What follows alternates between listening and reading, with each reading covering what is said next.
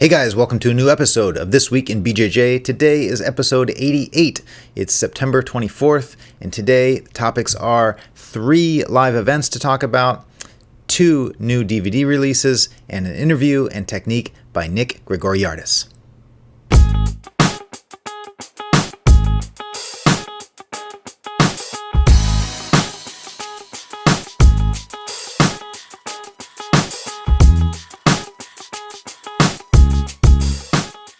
Okay, so 3 live events. The first one is one that just happened last week. We were in Guatemala for about a week, so sorry we didn't have an episode last week, but it was a great time. The GT Open, this was the second installment of that event, and what a great event it was. They're doing great things down there in Guatemala. I had a super fight with Jeff Glover. Didn't go my way, but it was a lot of fun. Caixinho fought Joao Miao 2 times, one in the super fight and one in the open weight division. John Satava had some great matches. He won the heavy absolute division. They had 2 absolute divisions, one for the heavy guys, one for the light guys. Some of the matches are on Budo Dave's YouTube channel, so be sure to check those out, and there'll be more coming up. Also, kind of a highlight showing some of the fun stuff we did mixed with some of the matches, so I'll let you know when that video is available. But again, thanks again to the guys in Guatemala for setting that up. That was a great event. Second event is called Respect 2. This is the second of their event. This one is going to be in St. Louis, Missouri, right near my hometown, and we're going to be doing the live broadcast for that. It's going to be on October 17th. There's going to be 16 super fights, including Gianni Grippo versus Jeff Curran, and also Megaton Diaz versus Chris Howder, and 14 other matches. So it's going to be a really fun event. You can check out the live broadcast at BudoVideos.com/respect2. More information coming soon in the coming weeks as we get closer to that. That is going to be a very busy weekend because on Saturday, October 17th, is Respect 2. On Sunday is the Abu Dhabi Grand Slam Los Angeles. Now, there might be some of you out there that don't know so much about the events from Abu Dhabi. And I don't want you to be confused because there's ADCC, which stands for the Abu Dhabi Combat Club. The ADCC is always no gi. Then there's the Abu Dhabi Pro, which is always gi. So this is an Abu Dhabi Pro event, and they're doing 4 events around the world. This is the second one for this year. It's going to be held in Los Angeles. This live stream is going to be free, and again, it's going to be on October 18th, and there's a lot of interesting details about this event. First of all, if you're a black belt team leader, you compete for free, no charge whatsoever. If you're a spectator, there's no charge to go watch, whether you're watching online or in person at the event. And probably the most interesting thing is the prize money. There is over $57,000 in prize money, and this is not just for black belts. This is for blue belts, purple, brown, and also even masters divisions. So very generous prizes given out at this event, something you definitely want to check out. Go to uaejjf.org to register, and if you want to watch the free live broadcast, go to BudoVideos.com/Grand Slam. One last detail about this. As I mentioned, there's 4 of these tournaments around the world. Guys rack up points for competing. So if you are an active competitor, you might want to check that out. If you want to travel to Rio and to England for the other 2 remaining events, you could rack up enough points to win the bonus. There's a $25,000 bonus for the best athlete of the season. So really cool stuff that they're doing. Make sure to check that off your calendar. October 17th for Respect 2 and October 18th for the Abu Dhabi Grand Slam. Okay, now it's time for new products. 2 new DVDs. First one is a re-release. This is Eddie Bravo's Mastering the Twister. We had a small run of these available quite a few months ago, and they ran out of stock. There were some issues with the replication, and we weren't able to get any more for quite a while, but they are back in stock. And if you have seen Eddie Bravo's previous release, Mastering the Rubber Guard, you know that he has pretty high standards in terms of his instructionals, and he spared no expense in this Mastering the Twister DVD. One of the interesting details is they had a plexiglass mat So when Eddie was demonstrating a technique, you see a camera angle underneath, so you can see what's going on right on top of the mat. And Eddie is a very generous instructor, so he goes over all the details, probably everything he knows about the twister. Really cool instructional. If that is a position that you're interested in, I think you'll definitely like it. Check it out, Mastering the Twister. Second one is the final instructional for the Takedown Favela Jiu-Jitsu series. This is on takedowns. Now, if you have followed Takedown's competition career, you know he is not afraid of the takedowns. He stood toe-to-toe with guys like Roger Gracie, Fabricio Verdum, Nino Schembri, and taking down most of those guys in the process. So he studied some judo, and he was able to adapt those to jiu-jitsu competition. And in this instructional, he shows you 10 of his favorite takedowns. This was a blast to film, and I'm kind of sad to see the series come to a conclusion, but we covered his whole game. You know, the first set was guard passing, next one was submissions, next one was sweeps, and this one is the takedown. So if you get the whole set, you'll have Teddy's whole game. And if you don't know who Teddy is, you definitely should. He is was an amazing competitor back about 10 years ago.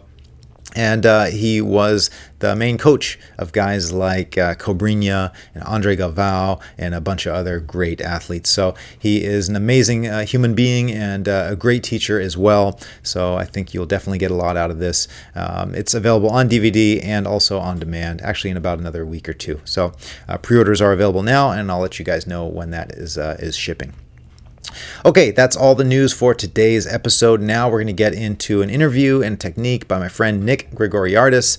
Nick is Roger Gracie's first black belt. This is not the first time he's been on the show. He's been here before, but I always have a great time talking to him. So he was in town, and I invited him to come in and chat and see what was new with him. He has a lot of new instructionals I wanted to talk about, and he shows a really cool guard pass with some really small but very important details, so be sure to pay attention to his technique. You'll definitely like it. He also has he shares his thoughts, some of his controversial thoughts on self-defense in jiu-jitsu as well. So thanks again, guys, for watching. I'll talk to you guys after the break. Nick, welcome back to the show. Jake, thank you so much for having me, bud. It's been a few months since I last saw you, maybe a year? I think it's been a year. Wow. Mm-hmm. So what have you been up to?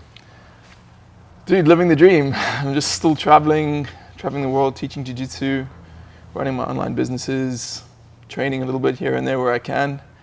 Yeah, just having fun, I guess. Where's home nowadays? Same, no home. Like some crazy jiu-jitsu gypsy just floating from continent to continent. Do you feel like the whole earth is your home, or do you feel like you have no home? It's a very good question. I wish I could pretend to be cool and say I feel like the whole earth is my home, man, but I think of certain places that I wouldn't want to go to. So I feel that there are several places on the earth that are all equally considered home to me. Yeah. Any place that you might consider settling down in the future? It's a tough one, man. I really like Asia. As I said to you on our last show, Thailand is hard to beat, man. Hard to beat. But we'll see. I think the goal, if everything pans out the way I'd like it to, I'll have like 2 or 3 apartments in different parts of the world, and I'll spend a third of each year in each one. But I'm gonna have to sell a bunch more jiu-jitsu DVDs to make that happen. That sounds like a good idea. Maybe we could go in together on that. Fair enough. So speaking of DVDs, you've released 3 products since I saw you last time.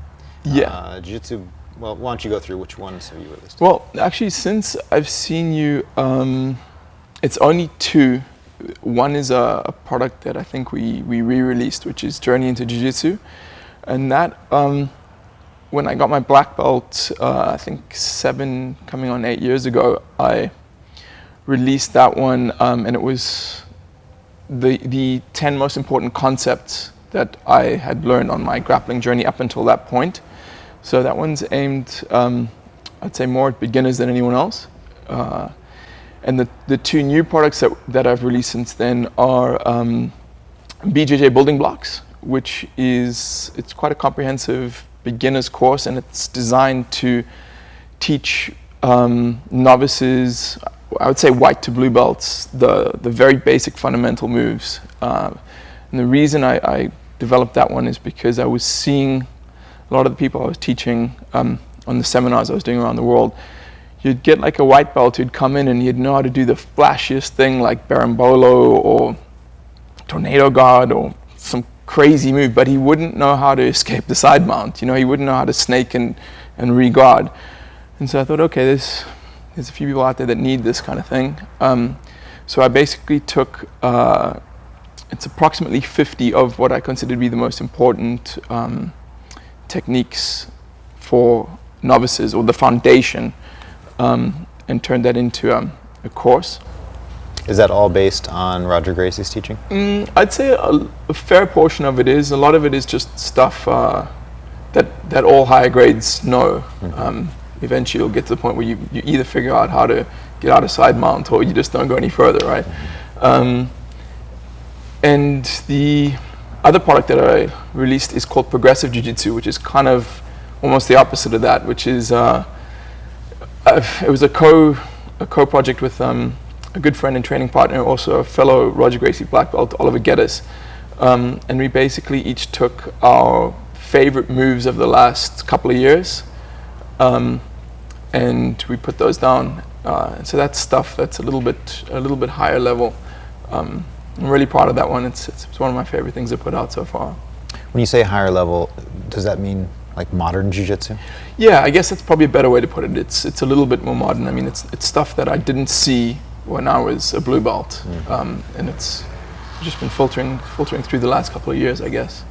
Nick, there are some schools that are really devoted to modern jiu-jitsu, and by that I mean inverting, berimbolos, de la hiva, reverse de la hiva. Other schools are solely focused on the fundamentals. I would consider Roger to be more fundamental, more conservative. Where do you fall in that? That's a great question. So the first thing I would say is Roger is not as traditional as people think he is. I just came from England a couple of weeks ago, and I went to train with him. Hadn't seen him for a few months, and he was teaching some pretty progressive stuff, some deep De La Hiva X stuff, if I remember correctly. And secondly, I find it really fascinating. There's jiu-jitsu guys, or many jiu-jitsu guys, just seem to have this weird dichotomy in their thinking. So you have to do this or this. You have to be gi or no gi, or you have to be traditional or progressive. And I just think that's mentally inflexible, man. You can be both. You can have traditional stuff, and then you can have progressive stuff. Why can't you just have both? Like, why can't we all just get along? There are some conservatives out there that would say that self-defense is a huge component of jiu-jitsu, and to practice jiu-jitsu with self-defense is going against the basic tenets of Brazilian jiu-jitsu. Other schools say, you know what, we're practicing this as a sport. We're just going to ignore self-defense entirely. And there's very heated arguments on both sides of that. What's your opinion? Okay. It's a tough one. This is going to get me a lot of hate, I'm sure. Personally, I don't feel training self-defense is necessary, and I have a few different reasons for that. I think if you learn the defense against the headlock, or a defense against the headlock, and a defense against the right hook haymaker, that covers you for most of the situations in which self-defense could help you. And the reason I say that is because I really believe that there are very, very, very few situations in which a set of sequence of techniques or counters to specific things that an aggressor does to you is going to help you. And why I say that is self-defense is taught in a vacuum, right? It's a room, X guy attacks Y guy, or X and Y guy attacks Z guy, and this is what you do, right? But that's not how self-defense scenarios work. You're usually not in a nice matted room, right? You're in a bar or a dark alley, or you've just been pulled over on the freeway by some guy with road rage. Whatever it is, there's a million different things going on, right? So I think it's very difficult to actually train yourself for one of those situations. And I have a few issues that come up surrounding that. And the first is like, how often do you get into fights, dude? Because I mean, when was the last time you were in a fight in the street? Over 20 years ago. Okay, so I haven't been in a fight since I was 18 and young, dumb, and full of cum. You know what I mean? It's just like, I don't get into fights, bro. Like, what kind of people are these that are like getting into these weird scenarios where like 6 guys jump me? It's like, man, be aware. Like, the first self-defense thing is don't put yourself in that situation, right? Just don't go there. And secondly, I really believe that the best form of self-defense is just your legs, dude. Run away. You don't want to be there. you can have the most amazing set of skills on how to defend against some guy who wants to hurt you. But if he pulls out a knife and you get into a close encounter with him, chances are you're going to get stabbed, bro. And you can have the best throw or like whatever counter, and it's not going to help you. So I kind of think I'm going to stop you right here. We sell a lot of knife self-defense DVDs, and I think you might be hurting sales right now. So can we change the topic? No, anyway, you're true. I mean, look, I think it has its place. I don't think don't ever train it. You should be aware of it. Another thing is, you and I both know a good purple belt in that very specific scenario where knowing some skills could help you. A good purple belt is going to know how to handle an unarmed guy who's trying to beat him up, right? I mean, it just is what it is. You don't have to know all these like secret Tai Chi headlock, this and that. Like, you don't need to know that stuff. That's just the way I feel about it. I know I'm probably going to have a hit put out on me by a large part of the industry, but that's just my feeling at the moment. Well, there are some people out there that would say that fear is a great tool to sell the martial arts business. And instilling a sense of fear is a great way to get you to pay your monthly dues and learn self-defense. So that's very interesting. I'm going to tell you a story that I think ties into that. I was walking with my cousins, with a cousin of mine. We took his dog for a walk in the hills of San Francisco a few years ago. And we came to this weird old tree that had a huge beehive in it. And we were about 30 meters away. And I remember we were standing looking at it, and I suddenly thought, oh shit, like, this is a beehive, we could get stung. And the strangest thing, the second I thought that, the bees came towards us and I got stung. It was the weirdest thing. And I think fear attracts those kind of situations. You know, if you're walking down the street and you're like someone's gonna mug me, I better get my headlock defense or my knife defense ready, like, man, that's when you're gonna get involved in that kind of stuff. So I think maybe another good way of defending against that stuff is just, processing fear and learning how to deal with it. Yeah, and there are, on the flip side, if I can play devil's advocate for a moment, there are some people that practice jiu-jitsu in a very sportive manner. And I think we need to take a step back. Like, what does self-defense mean? Does self-defense training mean that you're defending yourself on the street against attackers? Because like you say, I'm not concerned with that. Or are we talking about putting on gloves and dealing with punches in a grappling situation? That's something that I can relate to, and I enjoy training that way. So I think there's not a clear opinion of what exactly self-defense training is. Sometimes it crosses over into maybe MMA training. That's a good point, Jake. But is it wrong for people to practice jiu-jitsu in a solely sportive manner? Going upside down, where you would be vulnerable for strikes, you wouldn't want to do that on the street. Is there anything wrong with that? I think absolutely not. I mean, why does anyone have a problem with that? If you want to have fun and that's the way you manage to get the guys back by doing a berimbolo, like, who am I to judge that? What we do, let's be honest, sport jiu-jitsu guys, what we're doing is pretty far removed from battle, which is where it all originally came from. This is not battle. It's a very controlled, filtered game almost, and it does have applications, as I said, like that awareness that you get of being in a bad situation where some guy's trying to strangle you or a big heavy guy's got his knee on your chest. That will all help you in any dangerous situation in your life, that expansion of your awareness. So no, I don't think it's bad at all, man. And more power to you if that's what you want to do. Some people would say the whole self-defense angle is marketing. Yeah, and look, again, I'm not against marketing. People have to make a living and stuff, but it's when people make these absolute statements like, what did I hear the other day? Like, oh, dude, it made me want to throw up. Some guy was saying how Elio Gracie told him on his deathbed, please make sure you teach self-defense. That's my last dying wish of you. It's like, come on, where do people come up with this stuff, bro? It's like, yeah, self-defense is cool, but I mean, it's just part of the whole thing. It's not, doesn't have to be absolute, right? Right, and I think that's a great way to kind of wrap this up. Is it's part of it. It doesn't have to be the be-all and end-all. I practiced self-defense for the first year or two of my jiu-jitsu training. Most Gracie Barra students do. You do go through a fundamentals program where you practice self-defense. But you know what?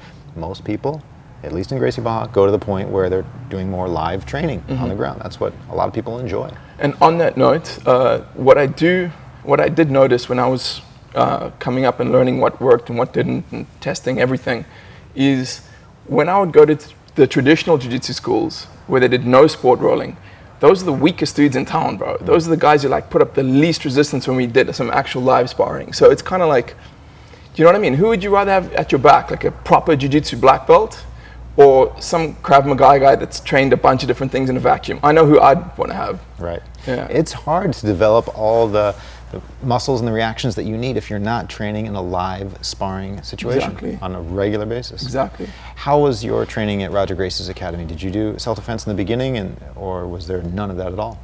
Man, sometimes I think I maybe did 3 self-defense lessons, and those were taught by Roger's dad, Mauricio Gomez. There were a very select group of us who were teachers at the time, and he felt that we should know a little bit, you know, but it was never like forced upon us, or never claimed to be like, this is the one true way and you have to know it. And so yeah, not really.